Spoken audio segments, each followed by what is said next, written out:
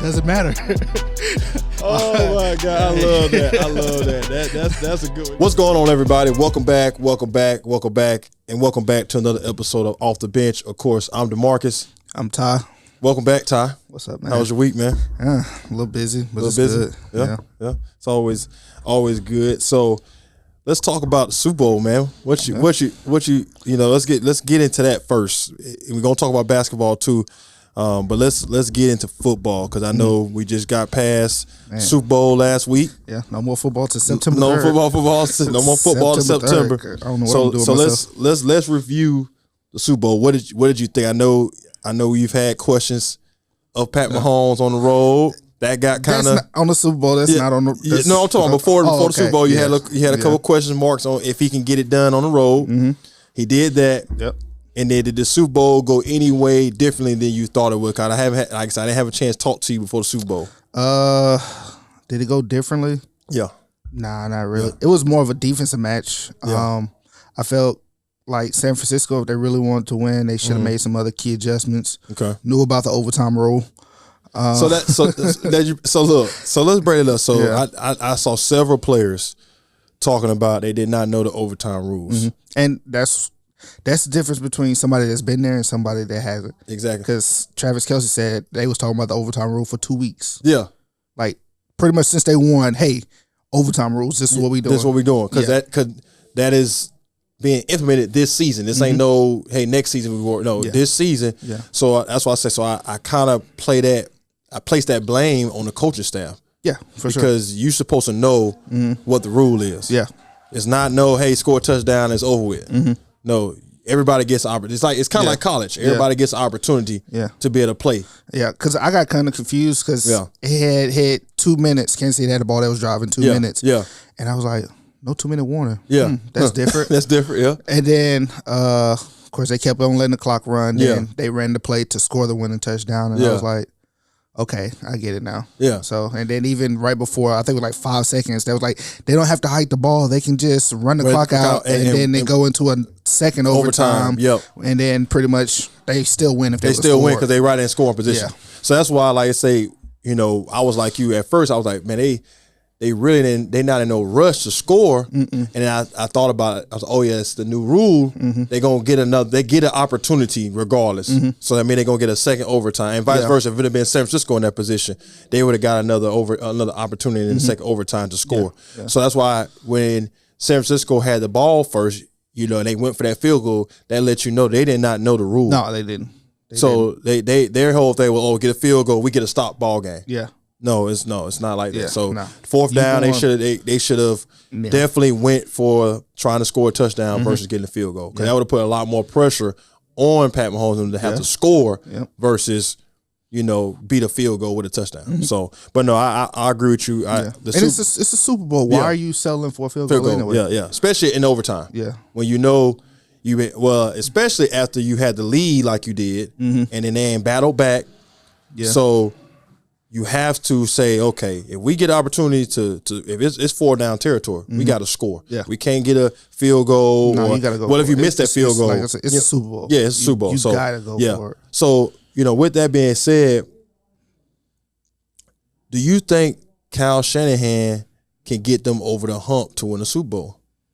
I mean, he's taking them there. He's doing what he needs to do. He just keep running into Kansas City. Okay. So because he's running into. He's running into Bill Belichick with the Falcons. He's running into Andy Reid. Andy Reid twice. So because I saw a stat where they was comparing, Andy Reid's run to his first Super Bowl to Kyle Shanahan's run. So just to give you kind of a breakdown. 2001, Andy Reid lost in the NFC Championship. 2002, lost in the NFC Championship. 2003, lost in the NFC Championship. 2004, lost in the Super Bowl. Then he comes back 2019, wins the first Super Bowl. Yeah. Okay. Then you look at Kyle Shanahan, 2019, lost in the Super Bowl to Kansas City. 21, lost in the NFC Championship. 22, lost in the NFC Championship. And then 23, lost in the Super Bowl. Yeah. So it's good runs. He has a team. He has a talent, but so it looks like he's on the cusp of a Super Bowl because he's basically playing for one every year. It's gonna start being hard for him. Yeah, because Christian McCaffrey cap hits. Yep.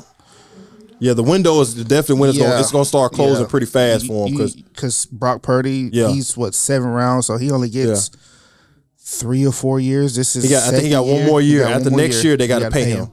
So, and then speaking of Brock, what you think of Brock's performance? I know you've been talking down about my man Brock a lot. I wasn't talking down. I was just agreeing with Cam said, game manager and a game changer. So where do you grade him now? Since it was a good game. We didn't turn the ball over, managed the game well. Game changer. Pat Mahomes went down there and scored a touchdown. Did what he's supposed to do. Use his feet, use his leg, whatever he had to do. That's a game changer right there. Okay. Good throws. So he got blitzed twice and 2 terrible throws. Well, the third the one play with Jones in his face, Chris Jones in his face. Yeah. If that had been Pat, it'd have been the same outcome because when he literally hiked the ball, Chris Jones was in his face. That was terrible. That offensive line. Yeah, that was bad protection. Bad protection. Now, but the other one I give you, he could have moved out the pocket a little bit more and stepped into that throw. Yeah. To I think it was, who did he throw the ball to? Was it Ayuk? I think it was Brandon Ayuk. Yeah. So, but anyway, I mean, did he even have a touchdown? I don't know if he had a touchdown. Yeah, he scored. He had a touchdown. Jenkins. He threw a touchdown to Jenkins. Oh yeah. Okay. Yeah. He had 1 touchdown, 1 interception. Okay. Yeah. So like I said, he played. I think he played a great game. Yeah. Like I said, he managed the game. But like I told Tim that was on here prior, I said, man, I just think every great quarterback is a great manager and a game changer at the same time. Depends on what you need. Because you got to think in those the 2 previous games, he was a game changer. Because against Detroit, drove him down the field. And then against Green Bay, drove him down the field. Yeah. So he used his legs and, like I said, did everything he needed to do for them to win the game. Yeah. So he had game changing moments in those 2 games. Yeah. Now this game here, no, not so much. He pretty much, you could tell that San Francisco didn't open the playbook up. I would say they opened the playbook. I would just say Kansas City limited them to a lot of stuff that they had to just use pretty much trick play to score. Dink and dunk. Well, I think Chris McCaffrey had 80 for 80. No, 8 for 80. Yeah, led the team in receiving. Yeah, you definitely can tell that because I know a lot of people have come out and I've seen on other platforms come out and say they should have gave the ball more to CMC. But I'm like, if he had 35 out of 70 plays, that's your workhorse. So, but I mean, like you just said, with the run game, they really wasn't getting a lot of that what they wanted in the run game. I mean, you still have to use the run game to open up different stuff. That's true. So run game open up play action. Run game open up passing because trick plays too. Yeah, you're gonna go from pretty much 2 high safeties to 1 high safety with the run because you're gonna have to bring somebody down in the box to score. I mean to stop the run, but. Keep running the ball. Yeah, I said, that's your especially the first half because that was working for him in the first half. Yeah, it's having him, with the ball in his hand, whether it be like say out the backfield, the little double pass to him for the touchdown, and it's time managing too. Yeah. You want to keep Pat Mahomes off the field as long as you can. Yeah, because even on that last drive, I think they had about 4 or 5 minutes left to get down there to score. Yeah, so they should took your time. Because just like. My boy Tim was saying, he said, man, when you saw it come, it was it's like a Tom Brady moment. It's like, they just scored, but they got Pat Mahomes. Yeah. And he got 2.5 minutes left in the game. And 3 all timeouts. And all timeouts. Well, I think they called 1. It's the same thing. Like I'm sure everybody who's faced Tom Brady, like, oh man, we just scored, but we gave him too much time. Yeah. Because now he gets to come downfield with 2, and if he got 2 timeouts. Yeah. 2 timeouts plus the 2-minute warning, so he got 3 timeouts. Mm-hmm. And he gonna dink and dunk it all the way down the field to get in position. Yeah. And then eventually, score the winning touchdown. So, but no, I agree with you. I think they kind of fell victim to the same thing that Baltimore did. Didn't come to the game to say, you know what, we're gonna throw everything we got at this game because it is a Super Bowl. Yeah.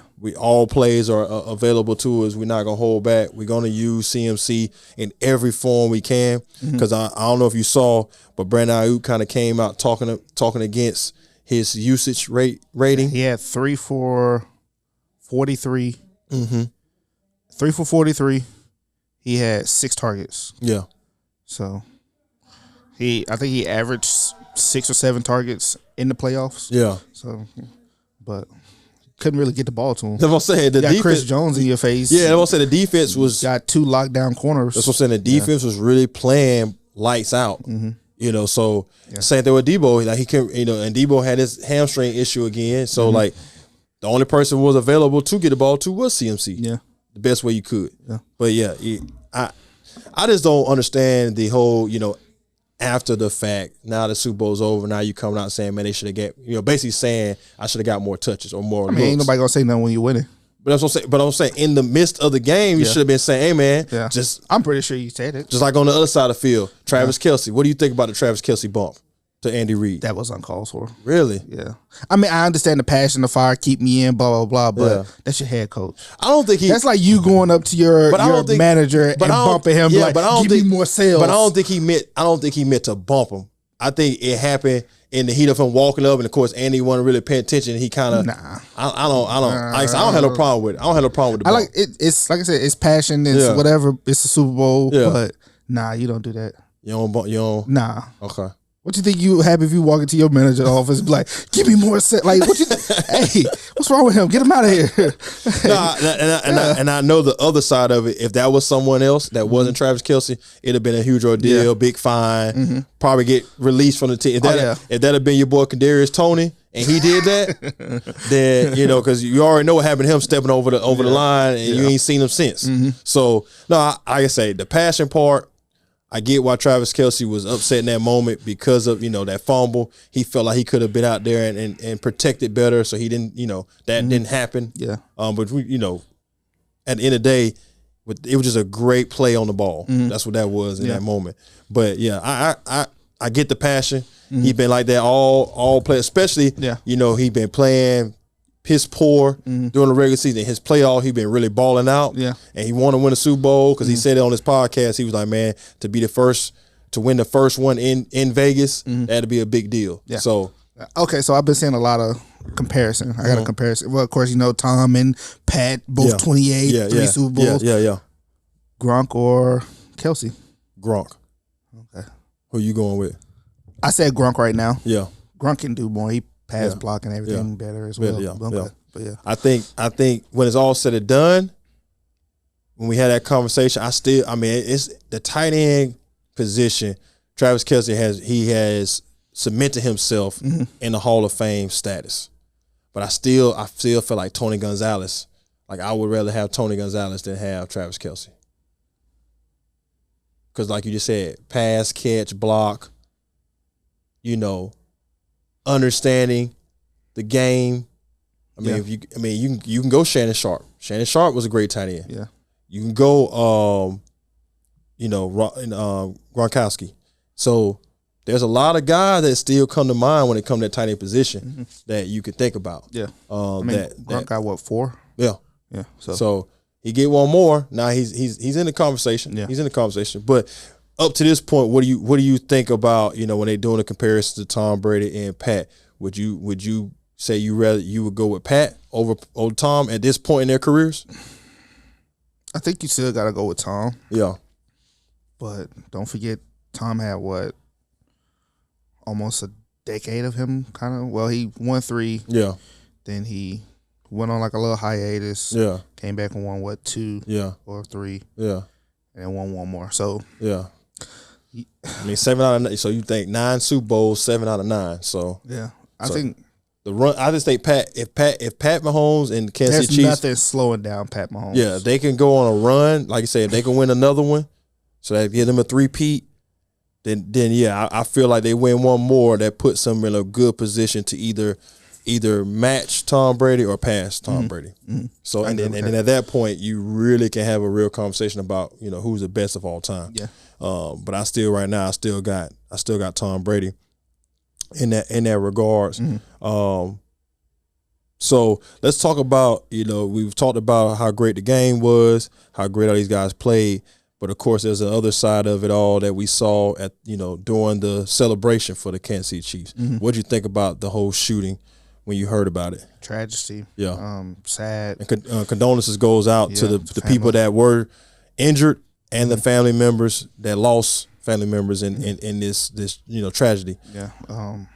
Just senseless stuff that's happening in America. You know what they say, 2 teenagers, pretty much. Because they was at first they of course after doing an extensive investigating, they ruled out that it was some type of terrorist act. Yeah, it was actually said it was a disagreement between 2 people, and that just led to shooting. But that's my thing, man. I just, in the world we live in today, it still does not make sense to me how me and you get into an argument, which leads to now I need to shoot at you and injure or kill other people in the process of trying to harm you over a disagreement. Yeah. At a parade that's supposed to be celebrating the Super Bowl winners in Kansas City Chiefs. Mm-hmm. And I just think people sometimes just can't get out their own way and leave personal stuff behind when it's supposed to be for a good time. Mm-hmm. Now, like I say, if it's just like I don't know when there ever is a moment that is necessary to ever do that. It's not. But when you're talking about we're going to celebrate something, especially that's big for the city. Yeah. I mean, the money that's coming to the city because of this Super Bowl, you're riding this wave of either you're playing for a Super Bowl or you contending every single year since Pat Mahomes became the true starter, number one starter. Mm-hmm. All these NFC championships, MVPs, all this stuff, and to see the parade end up like it did, it's unnecessary, man. I just wish I wish people would really think before they act in the heat of a moment. Because like I said, I remember when we were growing up, me and you had a problem. We just fisticuffs. Yeah. And you might have heard about it. You might have heard about a little brawl or something like that. But nobody died. No. But now it's like people say anything to somebody. People are so sensitive now that it's just automatically let's go to a weapon to try to kill somebody. Yeah. And 9 out of 10 times, just like in this situation, they don't kill the person that they're trying to kill. Mm-hmm. They kill other people that weren't even a part of the argument and just happen to be in the environment where kids and everything else is too. Yeah. Yeah. It's just it blows me away. Just like any school shooting, just like anything that happens that I feel like can be prevented in a lot of situations. But like I say, condolences goes out to the family members that dealt with it and all the people that was involved being there, and then how that's changed their life now from going to what they thought was going to be a great day. Now it turned into a very traumatic day because now you might have been friends or family members of those people. And now it's like, okay, how do you go out and celebrate anything now? Yeah. And that's the sad part. I think it's turning to people are really starting to reconsider, like, hey, man, do I even celebrate anything? Because I can't trust that it's not going to be a bad outcome. Yeah. So who, going back to the 49ers, who do you blame for the 49ers loss? It's not the defensive coordinator. I'm glad you said not the defense coordinator. Yeah, because I feel like that firing was unwarranted. Yeah. So unearned. Yeah, I heard they balled out. Yeah, I heard a lot of people talk about it. A lot of sports broadcasters and stuff like that. And he held Kansas City to 19 points. Yep. The fumble by CMC was not his fault. Yep. Not knowing the overtime rule was not his fault. Yep. Because he played. He's a defensive coordinator. Yeah. Losing Dre Greenlaw. Yeah, I mean, literally, what was it? A quarter into the game? Yeah. No, it was a little bit. It was after halftime, I think. So third quarter, because they was running on the field for the first possession. It was running on the field. Yeah, and you can tell as soon as he got hurt. Yeah, it was 2 or 3 plays. Whoever his backup was, I seen was just out of place. I'm talking about Kelsey. I think it was when he ran pretty much from his tight end spot on one side of the field, caught it, and ran all the way on the other side. I feel like he was on that play. Yeah. And he was just lost. It seemed like 2 or 3 plays, he was just lost. And you just attacking, the weak spot that just happened. Of course. So especially in a game like that, like I said, the backup, you would think, he should be ready, but at the same time, but it's a Super Bowl. And you watch your leader in that position go down. That does something to the person that got to come in. Yeah. Because now you're like, oh man, I got to play flawless football now because the guy behind me, he ain't gonna be any better than what I am. Yeah. So I think they definitely took advantage of it, but yeah. And then you go back to the 2 previous games in the playoffs. Yeah. Green Bay came out hot, they scored, but they ended up holding Green Bay. Yeah. Same thing with Detroit. Detroit came out, stopped them. Second half. Went up 21. Second half, they only scored they scored a meaningless touchdown and got a field goal or something like that. So you still hold them. Your offense is the one sputtering until your defense does something. Yeah. So it wasn't his fault. That was like a scapegoat move. Yeah, I seen the percentage. They said when he was with Carolina, he blitzed 43% of the time. When he came over to San Francisco, they just want to run 2-man high. Pretty much. I think he only blitzed like 15-20% with San Francisco. I think it was like 9%. Yeah. That's even worse. Yeah, that's even worse. Yeah. So you taking away what he does. Like he gets pressure, he gets the job done, but you limited him. So that was. It sounds like a senseless hire in the first place. Then, like, it was just you lose to Miko Ryans, and it's just like, well, let's just grab him. Yeah. Still take you to the championship. Yeah. So and then to to see it happen so fast like it did, it's like, okay, so they had, because of all of the backlash from Shanahan not getting the job done, like I said, not opening up the playbook, not knowing the rules. It felt like San Francisco said we got to do something to get the spotlight off of him. Yeah, and the next person was DC. But like you said, I don't think the DC did anything to deserve that, because like I said, they held him to 19 points. Yeah, just like Baltimore held the defense. Held Kansas City to 17 points. So the defense doing their part, but the offensive coordinator and the head coach, they're the one that's lacking on the other side of, doing what needs to be done to put them in position to win. Because, defense, and then especially when you're talking about playing against the caliber of quarterback they're playing against, it's only so much they can be on the field for and be able to still be able to hold him down. So, no, I'm with you. I disagree with 100% of the firing. I felt like it was unwarranted. It didn't make any sense. Just like with, I think it was the Dallas Cowboys hired Zimmerman to be their DC. So it's like, and then last time he was a defensive coordinator, they was ranked like 27th, 28th in the league. So Dallas, I don't see how that makes you a better defensive team by getting somebody like that has shown recently that his defenses don't stop nobody. Yeah. So, but that's just another Cowboy thing. So let's go into the NBA, man. So before we came on here, Ty, you asked me who won a dunk contest. Yeah. And I didn't know who won a dunk contest till this morning. Everything else. Because like you, I didn't watch it. Did you watch any of the? I tried. So I watched the 3-point contest. Okay. And the skill competition wasn't bad. And then I watched the Sabrina versus Curry shootout, which was good. Yeah. I like that. I like they implemented that, which I think NBA, if you're watching, you need to do more of that. Bring more of the NBA challenges to the All-Star weekend, because I'm tired, man. Like Mac, I ain't got nothing against the kid. I think he's a great player. Did he win? Yeah. Okay. So I got, but that just lets you know the bad place that we're in when someone who's not even technically in the NBA is winning the dunk contest, and he's winning the dunk contest with the same dunks he did last year.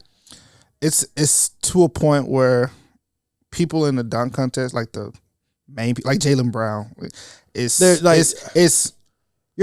low reward for high risk injury, pretty much. Like, let's say that's what I'm saying. Whatever that's that dunk he did over that one guy, and he trying to do the D Brown. Yeah. What if he fall and hurt his ankle? But I'm saying, like, even I get like you say, the reward it's not high enough for the risk of the player. Yeah. Then stop asking these guys that aren't creative dunkers. Like Jaylen Brown, he's a game time dunker. Like, all his dunks are him dunking on somebody. I would say I don't even think he's a game time dunker, really. Like, but I don't look at Jaylen Brown as like, okay, somebody like Jalen Green, like he's a flyer. Yeah. Like Jalen Green flies. Yeah. One boy, what's his name? Not Favors. What's the kid from Dallas?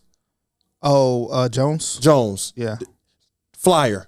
So it's like there are guys in the league that you could have put in every year. Yeah. That makes more sense than trying to put these bigger names in, because like I said, none of the like Obi Toppin's brother, That was a nice dunk he did. Which one? The one he put it between his legs. That's difficult. But we've seen it though. We've seen it, bro. And his brother did the same dunk. Yeah, he literally did every dunk his brother did. That was nice.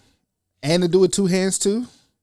And they give that man a 47. First of all, the scoring. The judges they need to get rid of these judges. They need somebody that's up to date, like from 2000 now. I don't want Gary Payne and all them was trash with the scoring. I don't want to see no judge from 1977. Like I said, like we just talked about with the Jaylen Brown dunk. It was a poor alley-oop to a poor execution of the D Brown play. Yeah. And they gave him in a 49. Mm-hmm. He literally covered his face at the very end after he's already came down. Yeah. So it's just like, I don't know, man, but they got to do something about Allstar. And then the glowing floor. That's just it. I like the skills competition, though. That was nice. I don't like the team's part. That should be something else, but the skills competition was pretty good.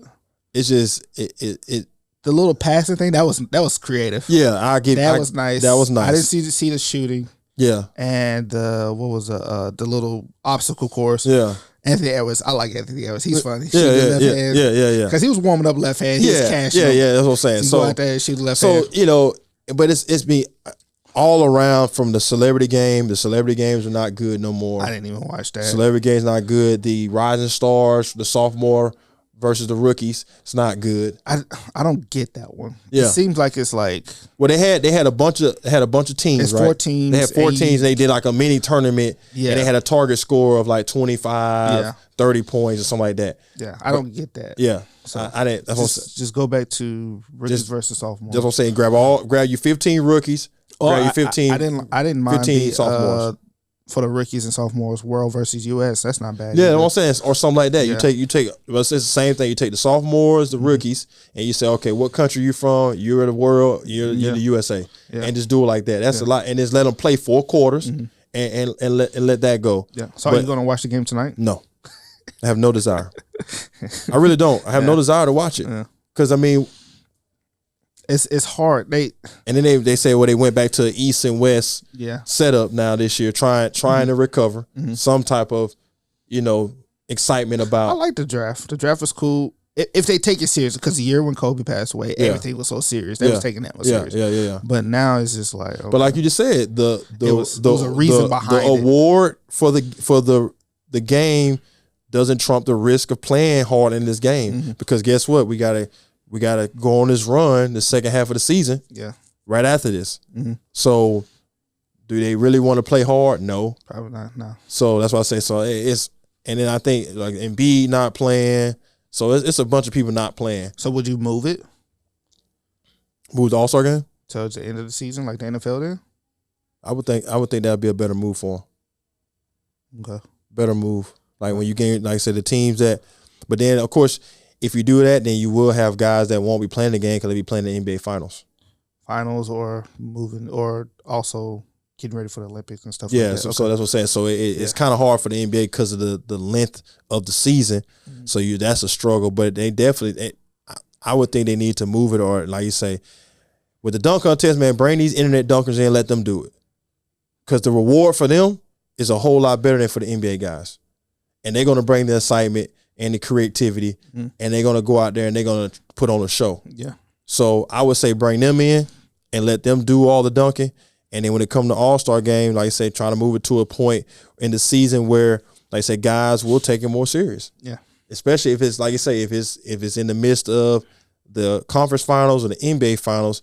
Now, like I say, you'll be missing some All-Star, but at least those guys, like I say, hey, we could play hard because guess what? The season's over with. Just like with the Pro Bowl games, season's over with, so we can have more fun and be more competitive in this weekend because of the fact these folks. I mean, people spend a lot of money to come to these All-Star games and All-Star weekend, and to just be blah every single year. It's like, come on, but yeah, they got to do something about the judges. Yeah, they got to get younger. Gary Payton, Dominique Wilkins. Yeah.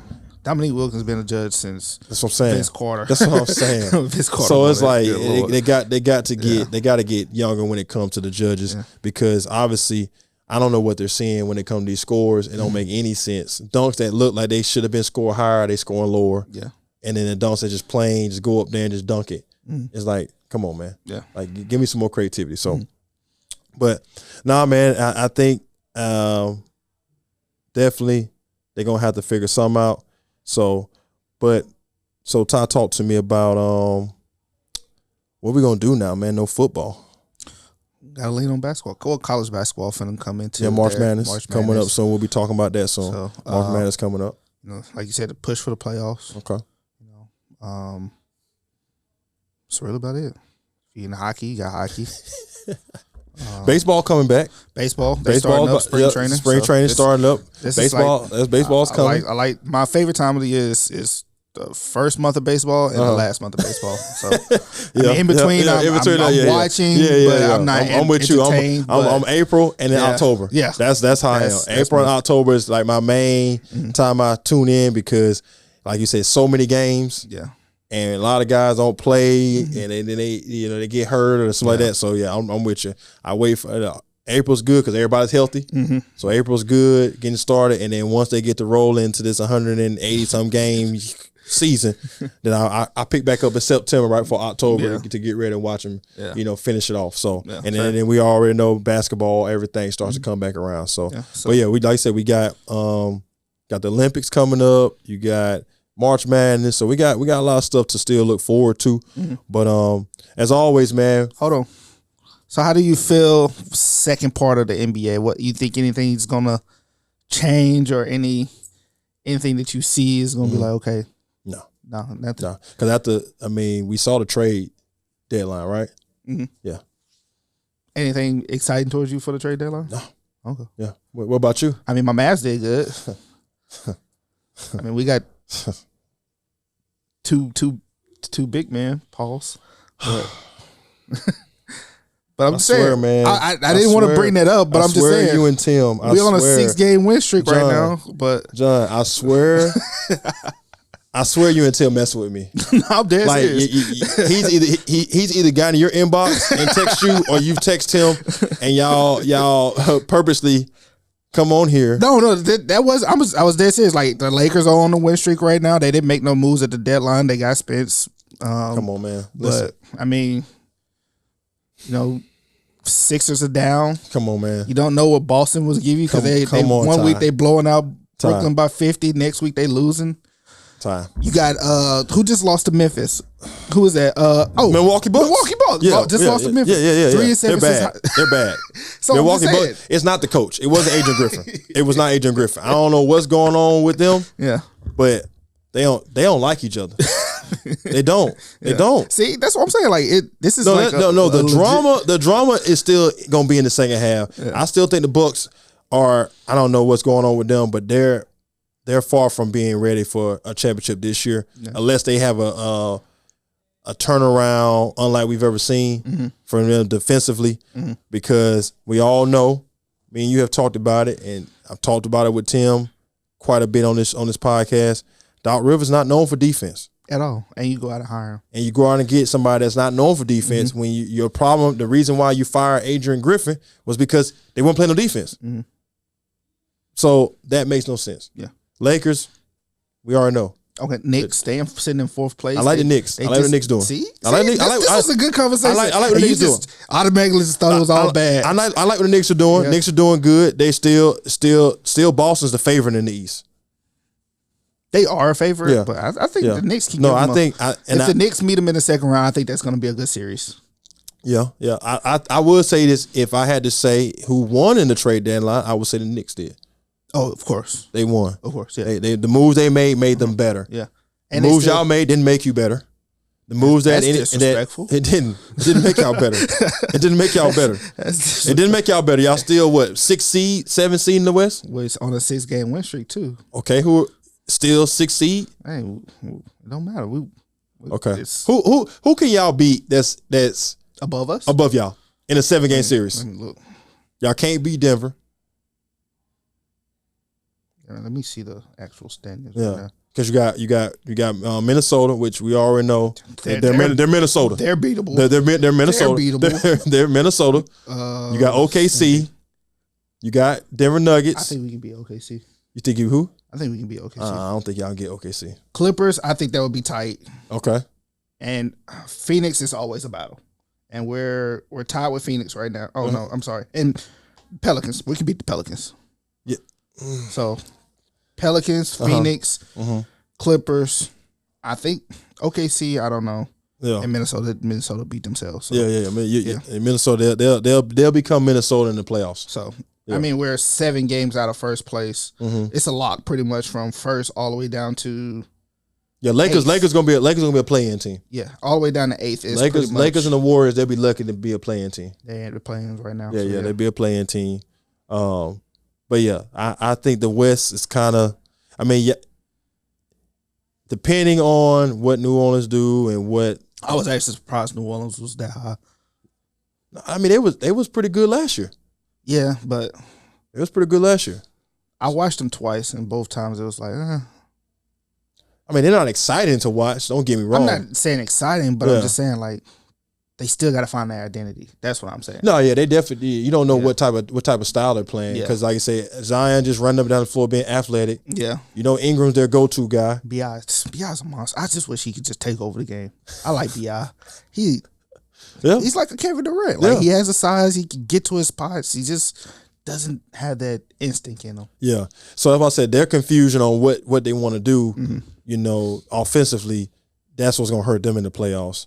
And then when you go to the East, I know Cleveland's playing pretty good right now, but I'm not sold on Cleveland. Yeah. Of course, I think Philly with Embiid out, they're done. There's nothing really they can do because without him, nobody's gonna respect. I mean, Max is gonna ball out. Tobias Harris, his elevation of his play has gotten better.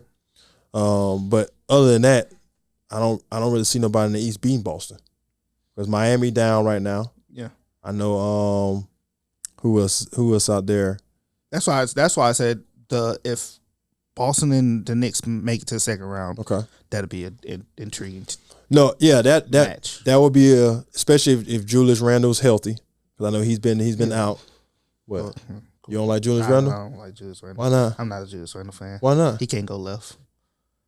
He's left-handed. He can't go left. But he's left-handed. He can't go left.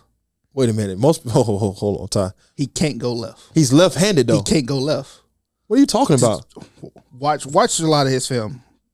You mean he can't go right? No, he can't go left. He can't go to his strong hand? It's terrible. Yeah.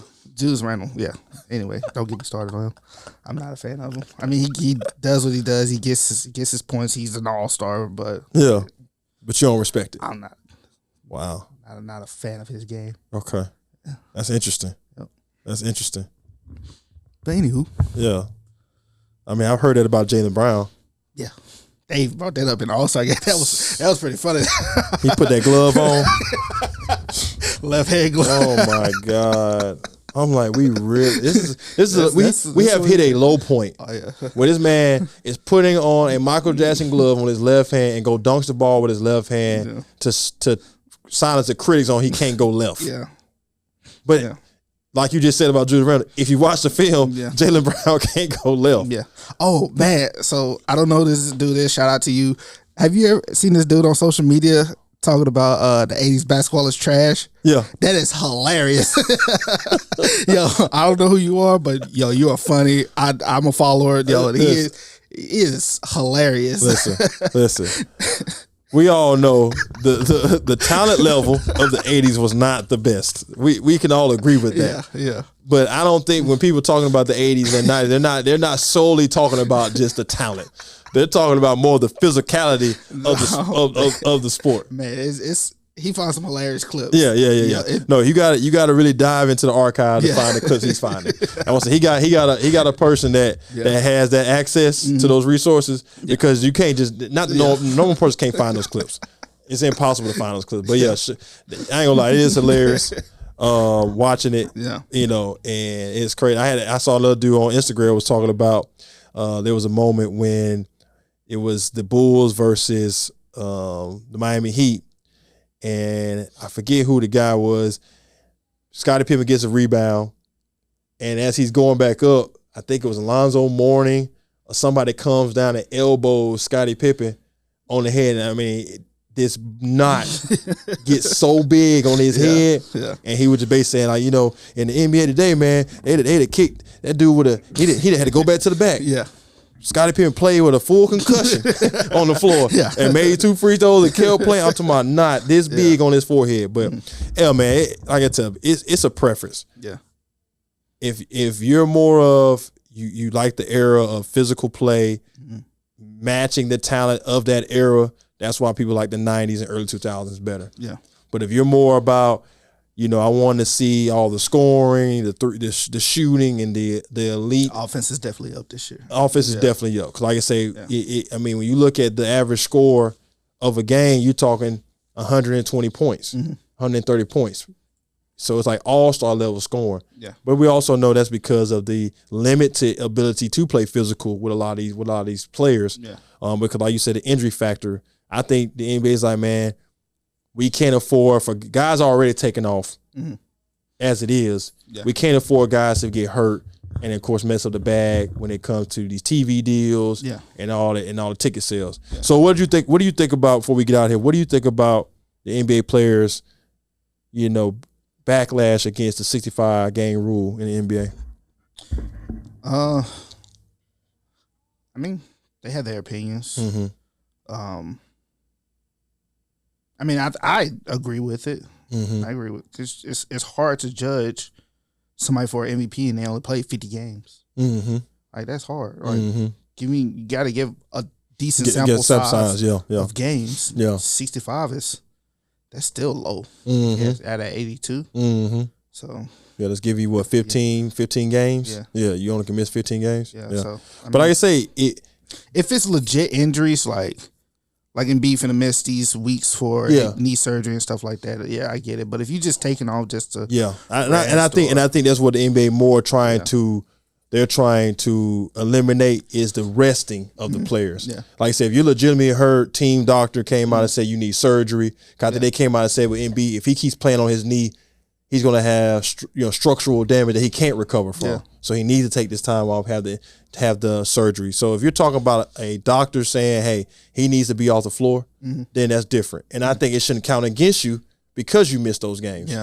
I think when we're talking about people just resting, especially with guys that, you know, you're going into these away games playing against these teams, and it's the only time you're going to be, you know, in the city and you don't play.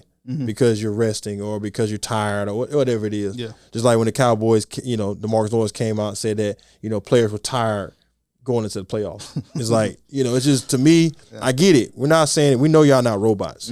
We know that you do get tired, you do get sore, you are playing through pain, all that stuff. But at the end of the day, you know, especially when you're the star player. When you're the star player, that's what you sign up for. You get the big boy bucks.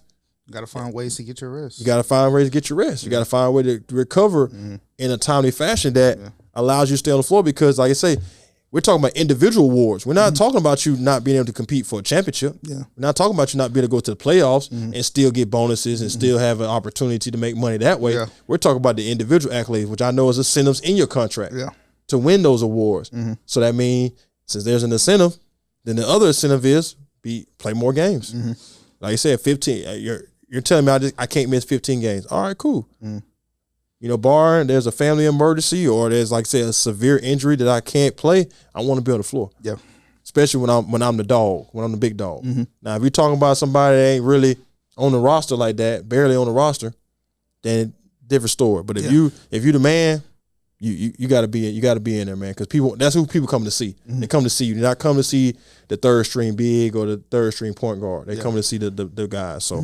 But I think, like you just said, with the players, I understand their frustration.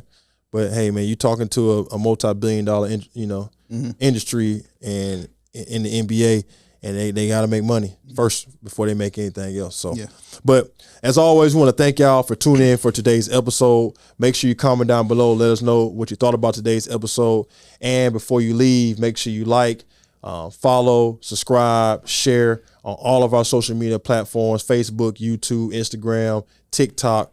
Follow us on all of our social media platforms. Stay tuned to our next episode. But until then, y'all enjoy the rest of your day, and we'll see y'all next episode. Peace.